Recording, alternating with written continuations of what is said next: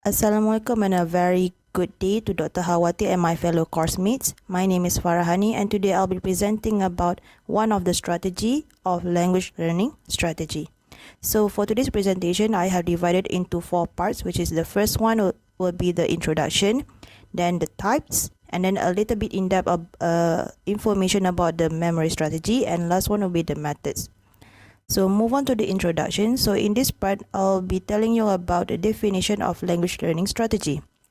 But before that, let me give you a bit about the definition of learning strategy. Learning strategy is referred as a term in gaining importance, which means it refers to the techniques or tactics of a learner employs in practicing language learning.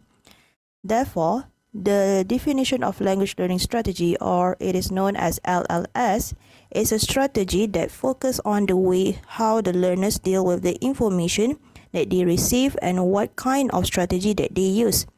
The other researchers, such as Regini from 1978, defines that LLS is an often conscious step used by the language learner to improve their understanding storage, retention, recall, and use of new information. Now let's move on to the types of language learning strategy. So in language learning strategy, there are 2 types. The first one is the direct strategy. So under direct strategy, there are 3 strategies, which are cognitive strategy, memory strategy, and compensation strategy. So today I'll be focusing more on memory strategy. Okay, the next type is the indirect strategies. So under indirect strategies, there are 3 of them, which are the metacognitive strategy, affective strategy, and social strategy.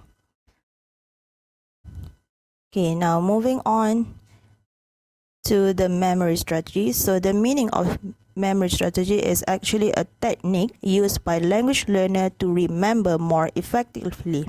It is also a technique or a strategy for entering new information into memory stage and for retrieving it when needed, as been stated by Oxford 1999. And this process requires the learner to retrieve and transfer information needed for language use. This strategy also helps the learners to store in memory with important information gathered from their learning. So, in order for the learner to master the strategy, they could try some of these methods.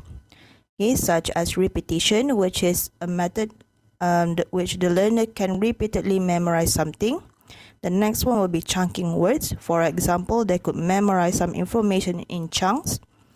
And next one will be the mind maps, which they can be done when they receive some of new information. And last but not least, by using acronyms. This is a technique of memorization that can be fun activity when the learner is being creative by using acronyms.